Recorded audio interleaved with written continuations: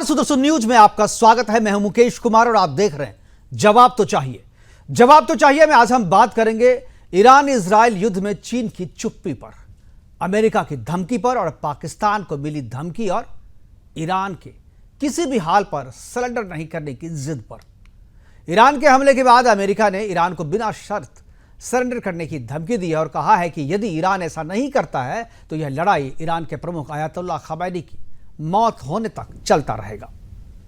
America और भारत ने अपने नागरिकों को ईरान छोड़ने के लिए कह दिया है तो चीन ने अपने नागरिकों को इजराइल छोड़ने के लिए कहा है। 90 लाख की आबादी वाले इजराइल ने करीब 9 करोड़ की आबादी वाले ईरान को नाको चने चबवा दिया है।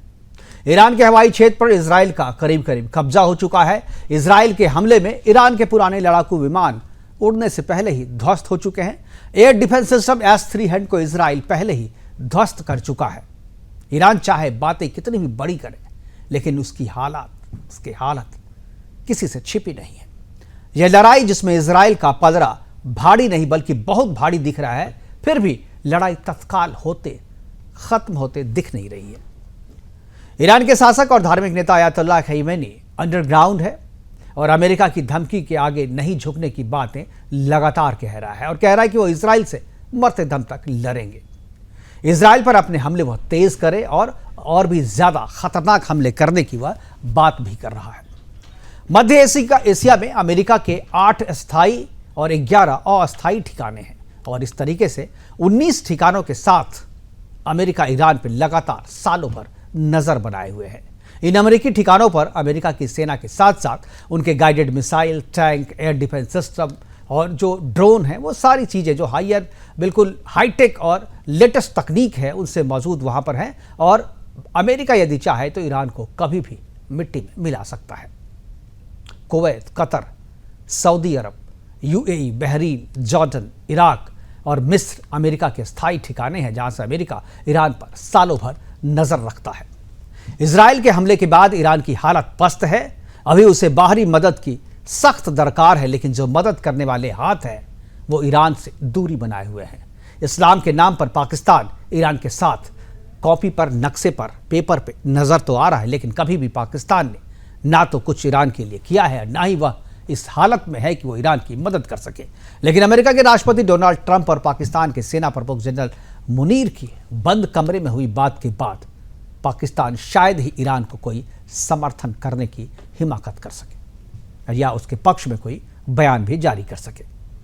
चीन मदद करने में सक्षम तो है, लेकिन अपनी अंदरूनी उथल पुथल के कारण वह अपने आप को अलग थलग किए हुए। शी जिनपिंग की तबीयत भी खराब है, इस तरह की बात जो है आ रही कि स्वास्थ्य खराब है और शायद जो है पार्टी से उसका कब्जा, यानी सरकार पर उसका कब्जा जो है वो कमजोर होता जा रहा है और उसको रिप्लेस करने की बात भी पार्टी के भीतर जो है वो चलनी शुरू हो गई है। आज अपने प्रोग्राम में हम चर्चा करेंगे कि क्या इजराइल ईरान की लड़ाई आयतुल्लाह खमैनी की मौत पर ही खत्म होगी? क्या ईरान इजराइल पर जवाबी हमला करने में सक्षम है? यह भी बात करेंगे। और क्या ईरान का साथ देने के लिए मुस्लिम कंट्री आगे आएंगे इस्लाम के नाम पर? ईरान इजराइल युद्ध पर चीन की चुप्पी के मायने क्या है? सबसे अहम सवाल यह कि ईरान अब पर्सिया बनने की राह पर है, जहां महिलाओं को भी बराबरी का दर्जा दिया जाता था। जिस पर्सिया में क्या ईरान फिर से पर्सिया का वो दर्जा हासिल कर पाएगा? इसमें हम करेंगे चर्चा और चर्चा को आगे बढ़ाने के लिए हमारे साथ कुछ मेहमान हैं, उनसे हम आपका परिचय करवाएंगे। लेकिन पहले एक रिपोर्ट देखते हैं, रिपोर्ट के बाद मेहमानों से परिचय करवाएंगे और फिर चर्चा की शुरुआत करेंगे। और शी जिनपिंग को हटा दिया जाए। मीडिया में कई और अन्य तरह के दावे भी किए जा रहे हैं, लेकिन हम उनसे कोई इत्तेफाक नहीं रखते। लेकिन ईरान इजराइल युद्ध में जहां अमेरिका के राष्ट्रपति डोनाल्ड ट्रंप G7 जैसी महत्वपूर्ण बैठक को छोड़कर अमेरिका वापस चले जाते हैं और ईरान को बिना शर्त सरेंडर की चेतावनी देते हैं, तो वहीं अपने आप को विश्व की ताकतवर शक्ति बनाने वाला चीन अब भी शांत क्यों है, ये बड़ा सवाल है। जहां ईरान इजराइल से पिछले 5 दिनों से भीषण युद्ध में जूझ रहा है, तो वहीं उसके सुप्रीम नेता अली खामनेई गायब हैं, यानी वो कहीं सुरक्षित जगह पर छिप गए हैं। आज तो ईरान ने इजराइल से खुले युद्ध की धमकी दे दी। इजराइल से युद्ध में ईरान तबाह हो रहा है। ईरानी लोग अपना देश छोड़कर भाग रहे हैं। ईरान में सत्ता के खिलाफ आवाज बुलंद हो रही है। ईरान के हथियार और गोला बारूद के साथ इजराइल उसके सैनिकों को भी खत्म कर रहा है, जिससे ईरान हताश और डर के साए में जी रहा है। इसका नेता ही मैदान छोड़कर कहीं छिप जाए तो वो देश कितने दिन ही युद्ध लड़ सकता है, ये तो आने वाला समय ही बताएगा। वहीं इजराइल ने यहां तक कह दिया कि खामनेई की मौत ही इस युद्ध का अंतिम लक्ष्य है और खामनेई का हाल सद्दाम हुसैन वाला होगा और तभी ईरान में शांति आएगी।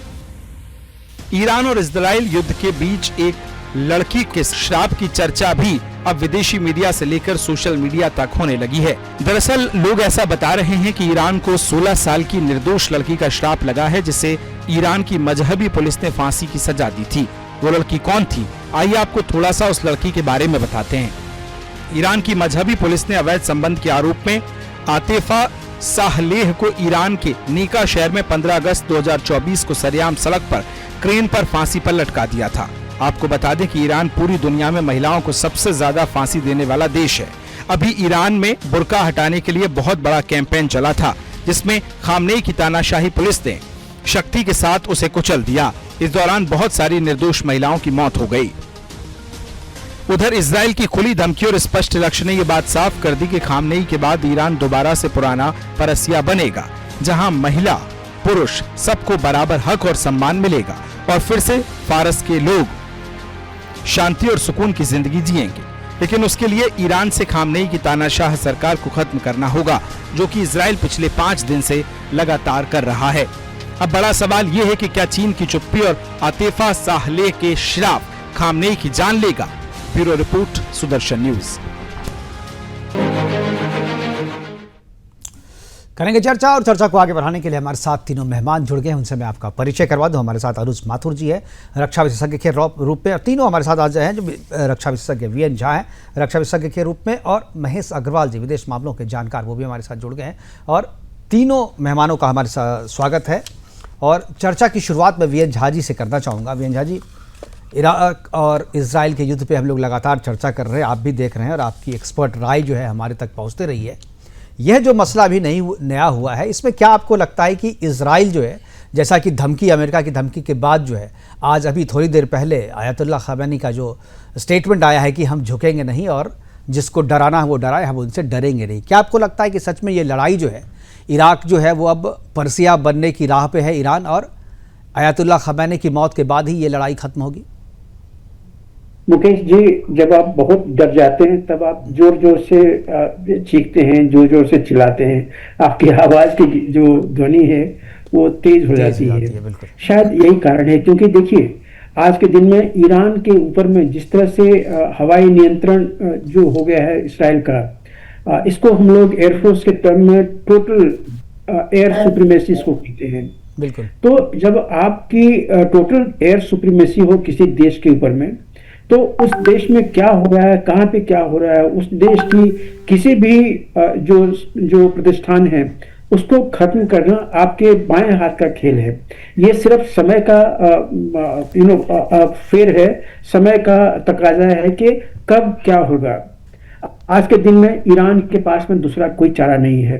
देखिए, ईरान अगर आयतुल्लाह को ले लें या इनके पहले के भी जो जितने लीडर्स हैं सबों को ले लें, तो उनको बहुत कामना थी उनकी कि उनके पास में न्यूक्लियर आर्सेनल हो, और इसीलिए जो ये 60% to 90% जो यूरेनियम का इन्रिचमेंट होता था, ये काफी सालों से लगे हुए हैं। हम लोग तो अभी जगह हैं कि ये ऐसा वहां पे हो रहा है, लेकिन हमने देखा था 2019 में ही एक रिपोर्ट देखा था IAEA का, जहां पे कि वहां पे तरकुजाबाद जो तेहरान का जो संयंत्र है, वहां पे IAEA को 90% यूरेनियम के ट्रेस मिले थे। बिल्कुल। और उसको एक्सप्लेन करने में ईरान जो था असमर्थ था, लेकिन उसको उस चीज को हवा ना मिले इसलिए उसको वहां पे दबा दी गई बात को, और उसका आज के दिन में हम लोग देख रहे हैं कि ईरान बिल्कुल 90%, 92.5% जो यूरेनियम का प्रोसेसिंग है वो कर रहा है, और वो सब आज के दिन में माना जाता है कि फर्डो जो न्यूक्लियर संयंत्र है उसमें जमीन से नीचे तीसरे स्थल में जमीन के नीचे उसमें 90% का जो इनरिचमेंट होता है वो है, और अब तक उसने जितने इनरिच किए हुए यूरेनियम, माना जाता है कि जितना इनरिच किया हुआ उससे 7 से 10 एटम बम बन सकते हैं, वो भी वहीं पे उसने रखा हुआ है। तो आज के दिन में इसराइल के पास में दूसरा कोई चारा नहीं है कि उस संयंत्र को खत्म किया जाए, या फिर ईरान को घुटने पे लाके उसको सरेंडर करने के लिए किया जाए। और वही आपने ट्रंप के पोस्ट में देखा था कि सरेंडर अनकंडीशनली। इसका मतलब ये नहीं कि ईरान अपनी सारे कुछ सरेंडर कर दे। उनकी जो ये डिमांड थी, उनकी जो ये मनसा थी कि उसके पास में न्यूक्लियर आर्सेनल हो, उस मनसा को सरेंडर करे। आज के दिन में वो एक ऐसा एग्रीमेंट पे साइन करे कि वो आगे से कभी इस तरह की रिप्रोसेसिंग नहीं करेगा जिससे कि वेपन ग्रेड यूरेनियम उनके पास में मिले। तो यही एक रास्ता दिख रहा है। और इसको अचीव करने के लिए चूंकि वो जो यूनिट है फर्डो में, वो 3 तल्ला के नीचे है। कहा जाता है कि 100 मीटर्स ऑफ कंक्रीट है। तो उसको तबाह करने के लिए 2 या 3 जो वो बंकर ब्लास्टर जो अमेरिका के पास में है, सबसे भयंकर बम, उसको शायद गिराना पड़ेगा। और इसीलिए आपने देखा है कि ट्रंप ने अपनी जो व्यवस्था दिखाई थी कि उनके पास में समय नहीं है, वो कहीं और बिजी हैं। यही चीज है कि अमेरिका उसमें डायरेक्टली एंगेज हो या नहीं हो। अगर ईरान मान जाता है इस दस्तावेज को साइन करने के लिए, तो वो बॉम्ब गिराने की जरूरत नहीं पड़ेगी।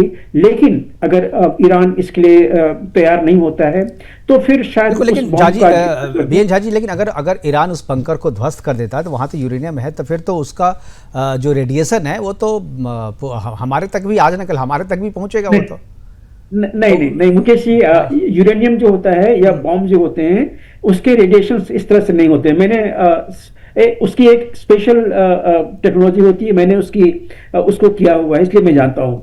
यूरेनियम ऐसे ब्लास्ट नहीं होता बॉम्ब कि आप मिसाइल से गिरा दीजिएगा, नीचे गिर के वो दिमाग से उठेगा। नहीं, ऐसा नहीं होता है। उसका जो डेटोनेशन होता है वो बड़े स्पेशलाइज तरीके से होता है। उसका स्लो न्यूट्रॉन से उसको बॉम्बार्डमेंट करना पड़ता है, उसके बाद चेन रिएक्शन शुरू होती है। और इस ईरान के पास में 2 चीज की कमी थी। एक तो ये डेटोनेशन की कमी थी, लेकिन माना जाता है कि आज से 6 महीने पहले उसके पास में ये डेटोनेशन तकनीकी कहीं से मिली है, जो कि संजारियन एक टेस्ट फैसिलिटी है, वहां पे एक डेटोनेशन उसने किया भी है। दूसरी फैसिलिटी होती है कि बैलिस्टिक मिसाइल के ऊपर में या क्रूज मिसाइल के ऊपर में जो आप उसको माउंट करते हैं, वो माउंट ऐसे किया जाता है कि धरती से इंपैक्ट के ठीक लगभग 60 या 70 मिलीसेकंड पहले वो चेन रिएक्शन शुरू हो और धरती के सरफेस से लगभग 50 से 100 मीटर के ऊपर में वो ब्लास्ट हो, जिससे कि सारा रेडिएशन जो है उसका सबसे मैक्सिमम इंपैक्ट हो। तो इस तरह से होती है। लेकिन सिर्फ वहां पे अगर आप बॉम्ब गिरा दीजिएगा, न्यूक्लियर फैसिलिटी जहां पे है, जहां पे वो जो यूरेनियम रखा हुआ है तो या वहां परिष्करण कर रहा है, तो उससे ब्लास्ट नहीं होगा। हाँ, कंटामिनेशन हो जाएगा वहां या वहां के आसपास में, लेकिन ब्लास्ट नहीं होगा। उसका खतरा हमें, आपको या किसी भी ईरान को नहीं है। बिल्कुल ठीक है। हमारे साथ माथुर जी हैं, अनुज माथुर जी। अभी जो दोस्त कहते हैं कि जब मुसीबत में दोस्तों की याद आती है, लेकिन अभी जब ईरान फंसा हुआ है तो चीन की चुप्पी जो है उसे अंदर ही अंदर जो है खाए जा रही है। आखिर चीन की जो ये चुप्पी है, इसकी क्या वजह देखते हैं आप? मुकेश, जय हिंद। सबसे पहले तो आपकी जो रिपोर्ट है उसमें बिल्कुल साफ ये बात उभर करके आई है कि चीन के जो अंदरूनी हालात है, वो आज की स्थिति में चीन के अंदरूनी हालात ठीक नहीं है। उनकी अर्थव्यवस्था भी पूरी तरह से जिस प्रकार से पटरी पर होनी चाहिए उस प्रकार से पटरी पर नहीं है। शी जिनपिंग की जो बीमारी, अगर ये बात सही है, और उसके अलावा जो उनके खिलाफ पार्टी में अंदरूनी कलह बढ़ती चली जा रही है, उससे भी उसका भी एक वजह हो सकती है। क्योंकि कुछ देर पहले तक तो हम लोग इस बारे में बातचीत कर रहे थे कि एक जो नया वर्ल्ड ऑर्डर उभर करके सामने आ रहा है, वो वर्ल्ड ऑर्डर क्रिक हो सकता है, चाइना, रशिया, ईरान और नॉर्थ कोरिया। लेकिन अब ऐसा लग रहा है कि कोई भी अभी फिलहाल पूरी तरह से खुलकर ईरान के पक्ष में नहीं आया है। कोई भी का अर्थ यह है कि तीनों चारों में से कोई भी देश, आज मेरे ख्याल से पहली बार रूस ने स्टेटमेंट दिया है कि अमेरिका इजराइल की सामरिक रूप से मदद ना करे। तो मेरा यह मानना है कि जब आपकी स्वयं की आंतरिक व्यवस्थाएं ठीक नहीं है और आपके अपने जो इंटरेस्ट्स हैं, चाहे वो साउथ चाइना सी में हो या जापान में ईस्ट चाइना सी में हो, उनको भी आपको ध्यान में रखने की आवश्यकता है। तीसरी बात जो एक इंपॉर्टेंट इशू होता है, देखिए हम लोग लगातार बात कर रहे हैं कि चीन और रूस में बहुत ज्यादा लेकिन अब उसमें क्या हो रहा है, देखिए चाइना और रशिया एक बहुत लंबा कॉमन बॉर्डर है, और जब इतना लंबा कॉमन बॉर्डर होता है तो आप लोग नेचुरल एडवर्सरीज होते हैं। ये जो जो जो आपको इनकी प्रगाढ़ता नजर आ रही है, वो प्रगाढ़ता एक मैरिज ऑफ कन्वीनियंस है। आज की उनकी परिस्थिति ये कहती है कि आपको अमेरिका के खिलाफ एक आपको नया धड़ा तैयार करना है, तो वो लोग साथ आए हैं। लेकिन वो भी दोनों देश जानते हैं इस बात को कि वो लोग नेचुरल एडवर्सरीज हैं, और आगे जाने के बाद इन लोगों के बीच में कहीं ना कहीं कोई ना कोई डिफरेंसेस आएंगे। तो चीन की चुप्पी का जो मेन मुकेश असर वजह मैं देख रहा हूं, वो चीन के अपने हालात हैं, चीन का जो अपना इंटरेस्ट है, पहली बात। दूसरी बात ये होती है कि चीन एक ऐसा देश है जो इनकी वॉर फाइटिंग फिलॉसफी ये कहती है कि they want to win a war without fighting it. तो जो देश अपने स्वयं के लिए युद्ध करने के लिए तैयार नहीं है, वो किसी और के लिए युद्ध करेगा, ये मुझे लगता नहीं कि इतना आसान होगा। उनको अपनी फंडामेंटल चेंजेस करने की जरूरत है। तो अगर चीन की कोई मदद आई भी, तो सिर्फ मदद इस प्रकार से होगी कि वो कुछ मिसाइल्स या कुछ और फाइटिंग वॉर फाइटिंग मटेरियल उनके पास भेज सकें। लेकिन ओपनली चीन जो है वो ईरान के साथ लड़ने के लिए कभी भी बाहर नहीं आएगा। दूसरी बात, तीसरी बात यह है कि चाइना के जो अपने इंटरेस्ट्स हैं वो उनको भी देख रहा है। अब चाइना का जो, बिकॉज पाकिस्तान जो है वो अमेरिका के बहुत ज्यादा करीब आता हुआ नजर आ रहा है। पिछले 5 दिन से उनके फील्ड मार्शल जो हैं वो ट्रंप साहब की बाट जो रहे हैं अमेरिका में बैठ करके, मुझे तो लगता नहीं इससे बड़ी कोई इंसल्ट हो सकती है किसी की, लेकिन चलिए वो उनका अपना नजरिया है। तो उनको, चाइना को कहीं ना कहीं ये भी लग रहा है कि अब पूरा जो सिनेरियो है साउथ एशिया में खास करके और वेस्ट एशिया में, वो कहीं ना कहीं चेंज हो रहा है। और उसमें वो अगर ओपनली ईरान के समर्थन में बाहर आते हैं तो उनको नुकसान होने की संभावना है जियोपॉलिटिकली। तो मेरा मानना है कि ये 2-4-5 वजह हैं जिनकी वजह से चीन जो है वो चुप्पी साधे हुए है। बिल्कुल। एक जो मैं महसी के पास जाऊंगा और एक अलग सवाल है महसी, एक चीज़ और भी सोशल मीडिया पे काफ़ी वायरल हो रही है, बहुत लोग चर्चा भी कर रहे हैं कि एक लड़की जिसके श्राप के कारण ये हो रहा है, हालांकि रक्षा विशेषज्ञ हंसेंगे ये सुन करके, लेकिन लोग कह रहे हैं कि नहीं, ये जो है ये वो भी एक असर है, क्योंकि जो ईरान है वो ईरान का असली चरित्र नहीं है। वो तो पर्सिया था जहाँ पर लड़कियों को भी वो बराबर अधिकार मिलते थे। जो लड़कियों को इस बार हिजाब में डाल करके जितनी तरीके की शोषण होते हैं वो उनका हो रहा है, और उनका आंदोलन भी अलग से चले, यानी ईरान के भीतर भी जो है एक अलग लड़ाई चल रही है। एक बाहर से लड़ाई चल रही है, ईरान के भीतर की जो आधी आबादी है वो खुद ईरान से लड़ रही है। तो क्या आपको लगता है कि सही में, मैं मतलब आपसे जानना चाहूँगा, क्या ये अंदरूनी लड़ाई का भी असर होगा उन पर? श्राप मान लीजिए, ठीक है, श्राप पे तो हम चर्चा नहीं कर सकते, लेकिन क्या ये जो ईरान के भीतर की जो आधी आबादी की अंदरूनी लड़ाई है, क्या आपको लगता है उसका भी कोई इम्पैक्ट है इसमें? ऐसा है जी, इसको ऐसे समझना चाहिए। न्यूटन का जो थर्ड लॉ है जी, न्यूटन का जो थर्ड लॉ है, एवरीवेयर इट इज इम्प्लीकेबल। बिल्कुल। आज महिलाओं के साथ जो उन्होंने बर्बरता की है, उसको तो डायरेक्ट या इनडायरेक्ट उसको करने वालों को तो वो सजा भोगनी पड़ेगी। आज के वैज्ञानिक युग में इस बात पर लोग हंसेंगे, लोग मानेंगे नहीं, लेकिन जो महिलाओं के साथ बर्बरता है, मैं ईरान 5 बार गया हूं जी, और वहां एक एस्फहान ऑयल कंपनी थी, उसमें एक महिला थी जो एक्सपोर्ट मैनेजर थी, और वो जब ड्यूटी करती थी तो केवल उसका नाक दिखता था। तो मैंने जब उससे पूछा कि madam how you are working in this condition, तो उसने अपनी उंगली मुंह पर ले जाके कहा, डोंट डिस्कस दिस थिंग। ये 2005-6 की घटना है। तो जो महिलाओं के अंदर एक कसक और पीड़ा थी वहां पर, अगर आप कभी तेहरान जाएं तो दुबई से फ्लाइट जब तेहरान उतरने के लिए होती है तो पूरे फ्लाइट में हलचल मच जाती है। सब लोग अपना अपना कपड़ा बदलते हैं, मुंह ढकने का कपड़ा निकालना शुरू कर देते।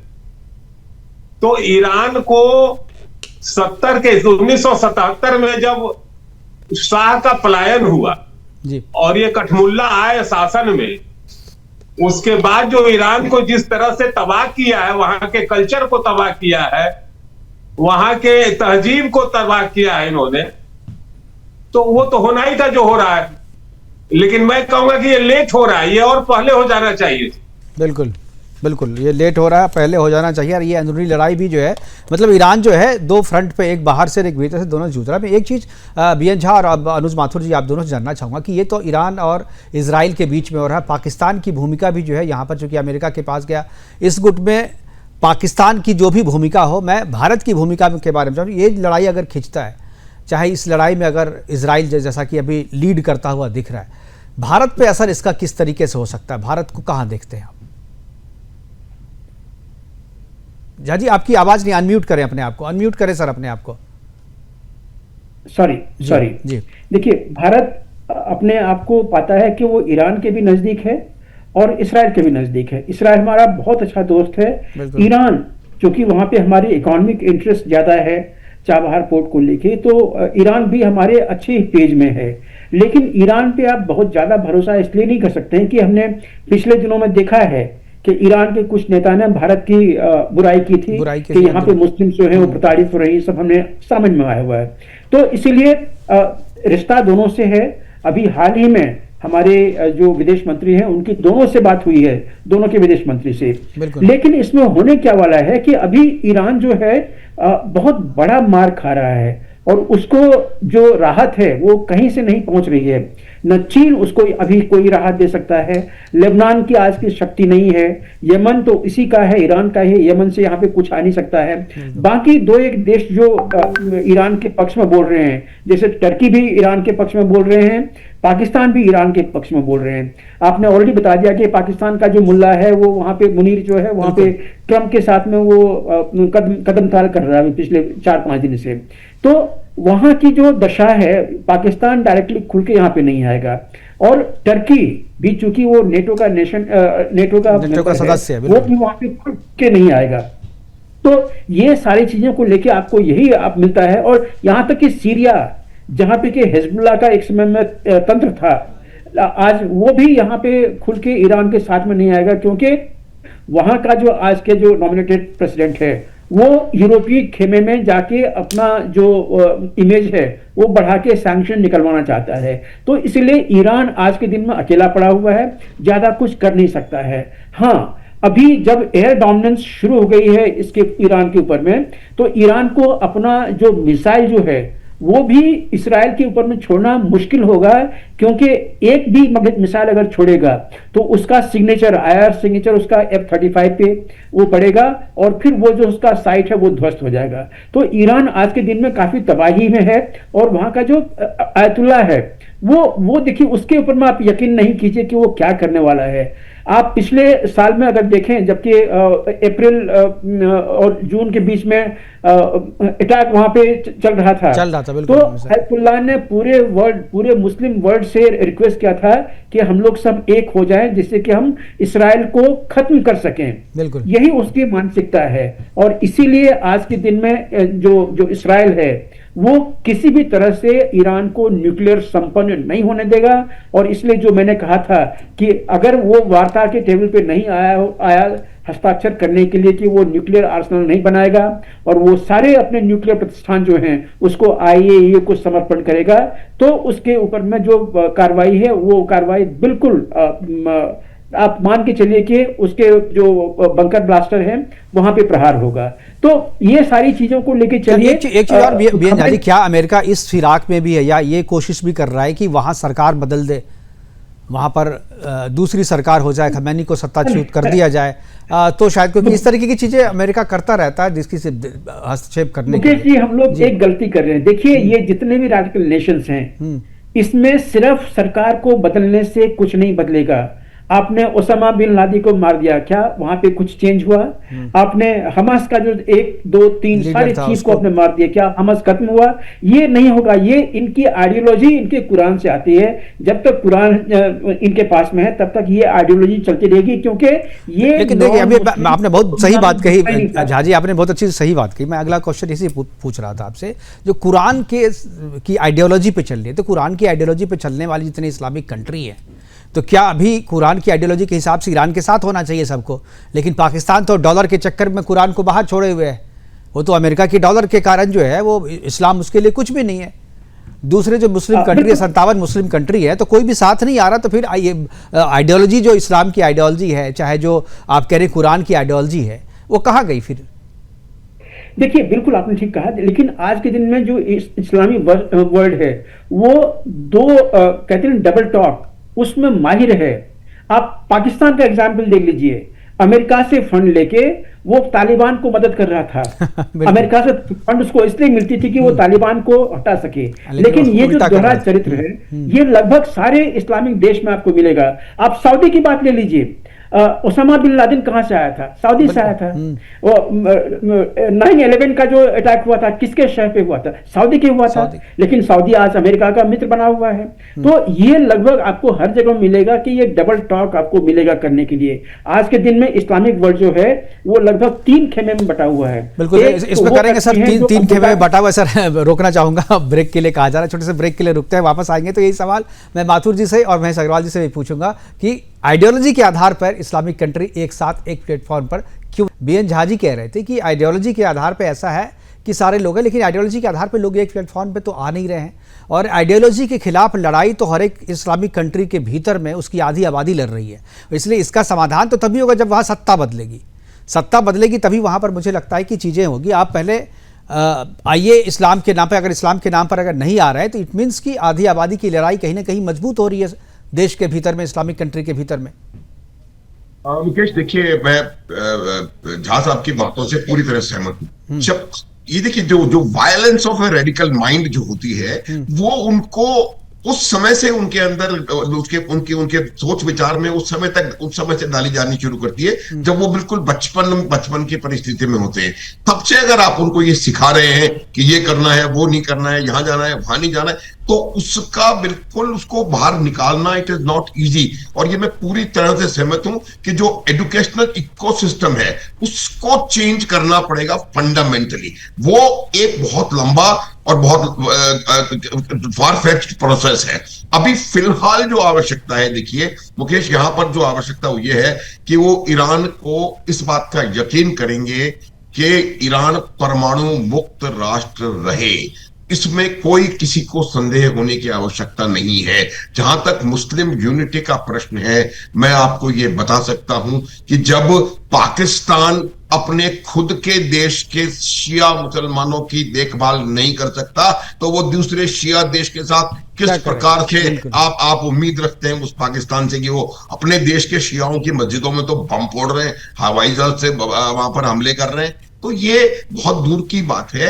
सूडान में दोनों तरफ से इस्लामी लड़ रहे हैं। जो यमन में युद्ध चल रहा है, 7-7.5 साल से युद्ध चल रहा है, हमको शायद पता होगा, उसमें करीबन 3 लाख लोग मारे जा चुके हैं। वो शिया और सुन्नी दो, जो सऊदी अरब में भी मुसलमान हैं और हौथीज में भी, यमन में भी मुसलमान है। तो मेरा ये कहना है कि ये जो कभी भी इकट्ठे नहीं थे और इकट्ठा होने के लिए इनके पास कोई वजह भी नहीं है। वे मुस्लिम वर्ल्ड डिवाइडेड है और बहुत बुरी तरह से डिवाइडेड है, और ये अपने खलीफा बनने के उसमें ये लोग पूरे मुस्लिम राष्ट्र हैं, चाहे वो तुर्की हो, चाहे वो ईरान हो, या सऊदी अरब हो, या पाकिस्तान। क्योंकि पाकिस्तान का सबसे बड़ा ये मानना है कि भाई हम तो अकेले इस्लामिक देश हैं जिसके पास परमाणु हथियार हैं, तो हम सबसे बड़े खलीफा तो हम हो गए।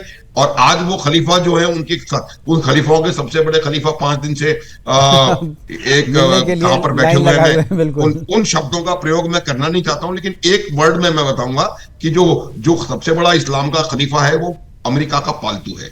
बाकी शेष आप अपने आप सोच सकते हैं। मेरा ये बहुत फर्म बिलीफ है। देखिए कि ये जो मानसिकता है, ये विचारधारा है, इसको इतनी आसानी से B-2 बॉम्बर से या B-52 से इसको हटाया नहीं जा सकता।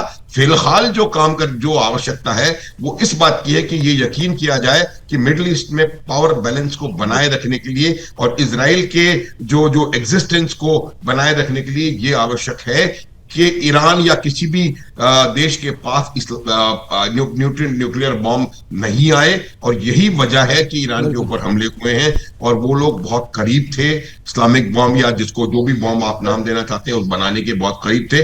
कोई भी शांति प्रिय कार्यों के लिए यूरेनियम एनरिचमेंट 90% तक नहीं करता, उसकी कतई आवश्यकता है नहीं। वो वेपन ग्रेड है और वो वेपन बनाने के बहुत करीब थे। तो ये वजह है। और आप देखिएगा, कोई दुनिया कुछ भी कहती रहे मुकेश, 2 साल 3 साल 4 साल 5 साल 10 साल, 20 साल, 30 साल, 40 साल, 50 साल, 60 साल, 70 साल, 80 साल, 90 साल, 100 साल, 200 साल, 300 साल, 400 साल, 500 साल, 1000 साल, अमेरिका ने अगर कहा, देखिए अमेरिका की भाषा, ट्रंप की भाषा आप देखिए, ट्रंप ने बाकी देश से कहा है कि भाई यूक्रेन और रशिया में ये होना, शांति की बात वार्ता होनी चाहिए, भारत पाकिस्तान में हमने ये करवा दिया, वहां हम ये कर रहे हैं। लेकिन ईरान के संदर्भ में उन्होंने ये कहा है कि ईरान को बिना शर्त सरेंडर करना पड़ेगा। तो ये जो स्टेटमेंट है वही आपको ये बात दर्शाता है कि वो बिल्कुल सीरियस है इस मामले में। और अभी जो G7 का, हालांकि अमेरिका वहां से चले गए थे, बहुत सारी थ्योरीज हैं, वो क्यों आ गए ट्रंप वहां से उठ करके, उन थ्योरीज में नहीं जाएंगे, लेकिन G7 के तमाम देशों ने यूनिफॉर्मली ये अडॉप्ट किया है कि ईरान जो है परमाणु शक्ति नहीं बन सकता और इजराइल को अपनी रक्षा करने का अधिकार है। ये बहुत बड़े मैं माथुर साहब, मैं आपकी उस थ्योरी से मैं अलग नहीं हूं, आपकी बात से पूरी तरह सहमत हो, जो बीएन झा जी कह रहे हैं उससे भी सहमत हो। लेकिन मेरा मानना, जैसे आपने कहा कि बचपन से सिखाया जाता है कि आप कट्टर बनो, आप जो है अपनी आइडियोलॉजी के प्रति जो है आपकी जो कट्टरता है वही इस्लाम सिखाता है, लेकिन वो अपने एक वर्ग को, पुरुष को सिखाता है। उनकी महिलाएं तो पीड़ित हैं उनसे। मैं कह रहा हूँ कि ये लड़ाई तो हर एक इस्लामिक कंट्री के भीतर चल ही रही है ना, चाहे वो, जैसे कि अभी महेश अग्रवाल जी कह रहे थे कि जैसे ही फ्लाइट उतरने वाली होती है सब अपना सर ढकने के लिए जो है उठते हैं, अफरा तफरी मच जाती है। तो ये लड़ाई तो खत्म नहीं, ये जो आइडियोलॉजी की लड़ाई है, तो जो कटमुल्ला अपने आप को कह रहे हैं वो तो डॉलर के कारण बिक रहे हैं। मुनीर आज जाकर के अमेरिका के पास कटोरा लेके खड़ा है, उसको जो अमेरिका कहेगा वही करेगा। पालतू, आपने भी कहा, सब मानते हैं कि वो पालतू है। तो मैं इसकी बात कर रहा था। अनुज जी, मैं जाऊंगा महेश जी के पास, लेकिन अनुज जी कुछ कहना चाह रहे हैं जी। यही कह रहा हूं, देखिए जो प्रोग्रेसिव इस्लामिक नेशंस हैं, हम लोग सब तुर्की जाकर के आए हुए हैं। तुर्की में कितना खुला हुआ वहां पर माहौल है, सब कुछ बिल्कुल ठीक है। ये सिर्फ उन दो चार, आप ईरान ही देख लीजिए, 1979 से पहले का ईरान क्या था, आज का ईरान क्या है। तो ये जो चीज है, वो कट्टरता जो आ रही है वो इन कठमुल्लों की वजह से आ रही है। और ये सिर्फ वो देश है, आप तुर्की चल के देखें, आप किस प्रकार से वहां का समाज जो है वो बिल्कुल खुले रूप तरीके से वहां की महिलाएं भी हर तरह का काम कर रही हैं, हर तरह के कपड़े पहन रही हैं, कोई बुर्खा वहां पर नहीं है। हम लोग सब, तो मेरा ये पहनावे से बात नहीं है सर, वहां आप पढ़ने नहीं दे रहे हैं, बच्चियों को स्कूल जाने नहीं दे रहे हैं, आप हायर एजुकेशन नहीं ले, उनके लिए मेडिकल फैसिलिटीज नहीं है उतनी। तो ये सारी चीजें, अब जो महिला डॉक्टर नहीं है वहां पे जो महिलाओं का इलाज कर सके, तो ये जो चीजें महिलाएं जो जनरेशन से झेल रही हैं, उसकी लड़ाई तो चल ही रही है ना। और उस लड़ाई मुझे लगता है कि पूरी दुनिया को साथ देना चाहिए उसका। मैं यही पूरी तरह सहमत हूं, और यही वजह है, यही बात कर रहे हैं, यही अमेरिका चाह रहा है, यही इजराइल चाह रहा है। और मुझे लगता है कि ये बात धीरे धीरे असल में आवाज उठ के आएगी। मुकेश, आप देखिएगा, आवाज ईरान के भीतर से उठ करके आएगी। जो ईरान का जो बदलाव आने का जो आगाज होगा और बदलाव आएगा, वो ईरान के अंदर से आएगा। ईरान की आवाम उठेगी और वो इनके खिलाफ बातचीत करेगी, और उनकी आइडियोलॉजी को उनके देश के भीतर ही कमजोर किया जाएगा, तभी ये मसला जो है थोड़ा और आगे बढ़ेगा। महेश जी, क्या आपको लगता है कि ये जो आइडियोलॉजी की जो लड़ाई है वो बाहर में, क्योंकि जो लोग अपने कहते हैं कि हम आइडियोलॉजी के आधार पर एक अलग देश है और हम एक सारे देशों को, इस्लामिक कंट्री को एक साथ आना चाहिए, वो आइडियोलॉजी के लेवल पे जहां डॉलर की महक आती है वो तोड़ देते हैं, अपनी आइडियोलॉजी से अलग हो जाते हैं। क्या आपको लगता है कि अभी जो ये लड़ाई चल रही है, इसमें इस्लामिक वर्ल्ड अगर नहीं ईरान के साथ खड़ा हो रहा है, तो इसमें कहीं ना कहीं जो है शक्ति तो है ही, अमेरिका की शक्ति के आगे सब जो है वो डर रहे हैं, लेकिन कहीं ना कहीं जो है अंदर की लड़ाई भी जो है आगे ये कर रही है, डोमिनेट कर रही है हर एक देश में, हर एक इस्लामिक कंट्री में। इसको दो पार्ट में समझना चाहिए जी। ये कठमुल्लापन जो है 80 के दशक के बाद पूरे विश्व में ये कठमुल्लेपन की बात आई। जैसे आप देखें, अभी टर्की की बात की माथुर साहब ने, ईरान की जो स्थिति थी शाह के जमाने में, उसकी चर्चा हुई। तो इसमें कहीं ना कहीं जो एक खलीफा है पूरे विश्व का, एक जो खलीफा जिसको हम अमेरिका कहते हैं, उनकी एक आदत रही है कि पहले मच्छर पैदा करो और जब मच्छर बढ़ जाएंगे तो कहेंगे फॉगिंग मशीन लेके मेरे को बुलाओ, अब मैं फॉगिंग करूंगा। अफगानिस्तान में क्या हुआ? बिल्कुल। तो ये देखिए, एक नया अलाइनमेंट होगा इस बार के बाद। मेरा ये मानना है कि वर्ल्ड का जो अलाइनमेंट ऑर्डर है वो चेंज होगा। बिल्कुल। और उसमें अब हमें इंतजार करना होगा, ईरान के साथ रसिया आता है कि नहीं आता, और अमेरिका इजराइल के साथ आता है कि नहीं आता। इसमें अभी 2-3 दिन हमको समय लगेगा, इसका इंतजार करना चाहिए। और मेरे को नहीं लगता है कि इतना जल्दी ईरान सरेंडर करने वाला है। नहीं, बिल्कुल, तो हर एक नेता ऐसा है, जब तक वो मारा नहीं जाएगा तब तक वो सरेंडर नहीं करेगा। वीएन झा जी भी मुस्कुरा रहे हैं। वीएन झा जी, क्या लगता है कि ये इतनी जल्दी सही में मान जाएगा, ये लंबा खींचेगा? कितना दिन आपको लगता है, आपके अनुमान के हिसाब से कितना दिन लंबा खींचेगा ये लंबा खींचेगा अभी, क्योंकि एक तो 3 चीजें यहाँ पे हैं जी। एक तो सारे न्यूक्लियर रिप्रोसेसिंग प्लांट जो हैं वो बर्बाद नहीं हुए हैं, उसका बर्बाद होना जरूरी है। दूसरा, जब तक आपका फुट फोर्स एनिमी नेशन पे नहीं होता तब तक आप उसके ऊपर कब्जा नहीं कर सकते हैं, आप डिक्टेट नहीं कर सकते हैं। आपका एरियल डोमिनेंस है, आप बमबारी कर सकते हैं, आप सब कुछ वहां पे तबाह कर सकते हैं, लेकिन उसको आप घुटने पे लाके, टेबल पे लाके नहीं बिठा सकते हैं। टेबल पे आप तभी बिठा सकते हैं जब आपका फुट फोर्स वहां पे है और उसको वो कंपेल करे।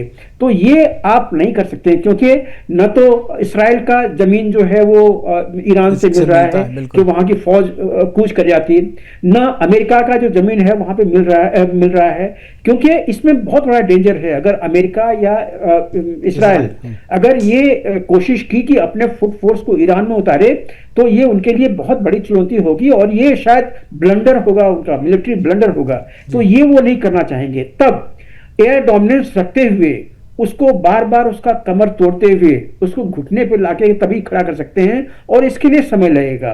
तो जब तक वो नहीं होता है, जब तक वो आके साइन नहीं करता है डॉटेड लाइन पर कि हम न्यूक्लियर एम्बिशन अपना खत्म कर रहे हैं और अपने सारे न्यूक्लियर प्रतिष्ठान को आईएईए के लिए खोल रहे हैं, वही एक तरीका है जबकि ये लड़ाई खत्म होगी।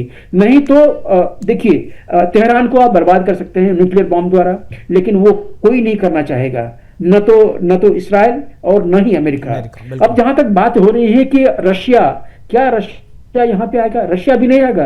रशिया ऑलरेडी वहां पे फंसा हुआ है यूक्रेन में, और रशिया तकनीकी तौर से अपना जो एयर डिफेंस सिस्टम है आज से लगभग साल भर पहले दिया हुआ ईरान को, S-300 वहां पे था, और भी कुछ उसके सिस्टम थे जो वहां पे उसने दिया था, लेकिन वो सारे S-300 को तो ध्वस्त कर दिया। इस तरीके की बात करें कि S-300 को इन लोगों ने इंटरनली तोड़ दिया।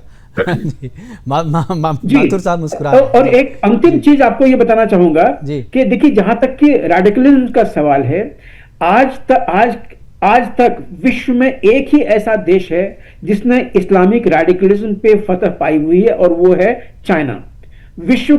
पूरे विश्व को कहीं ना कहीं चाइना से ये लेसन लेना पड़ेगा कि आप इसके ऊपर में कैसे फतह करते हैं, और आसान है, बहुत क्लिष्ट नहीं है।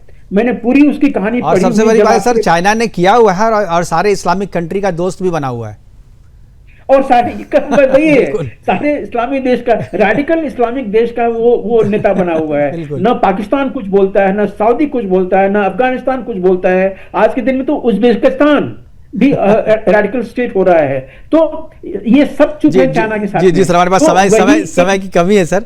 अनुज माथुर जी कुछ बोलना चाह रहे हैं, मैं जाकर एक लाइन मुकेश, एक लाइन बोलना चाह रहा हूँ। ये आप जो स्टेटमेंट दे रहे हैं कि चाइना इस्लामिक देशों का मुल्क मित्र बना हुआ है, चाइना किसी भी देश का मुल्क मित्र नहीं है। चाइना के सिर्फ अपने और अपने इंटरेस्ट हैं, geopolitical interest, financial interest, economic interest, और सिर्फ उनके हिसाब से काम करता है। उनको किसी से कोई परवाह नहीं है कि कौन उसका दोस्त है, कौन उसका खिलाफत कर रहा है, उइगर मुस्लिम से वो क्या कर रहा है। तो ये बात हमको जाननी पड़ेगी। मैं यही बात कह रहा था माथुर साहब, मैं कि इस्लाम के नाम पे भले आप देखिए, इस्लाम की सबसे खराब हालत अगर कहीं है तो चाइना में है, और इस्लामिक कंट्री जो है उनके साथ क्यों? क्योंकि सबको डॉलर चाहिए, पैसे चाहिए, अर्थव्यवस्था चाहिए, तो आइडियोलॉजी रही कहां?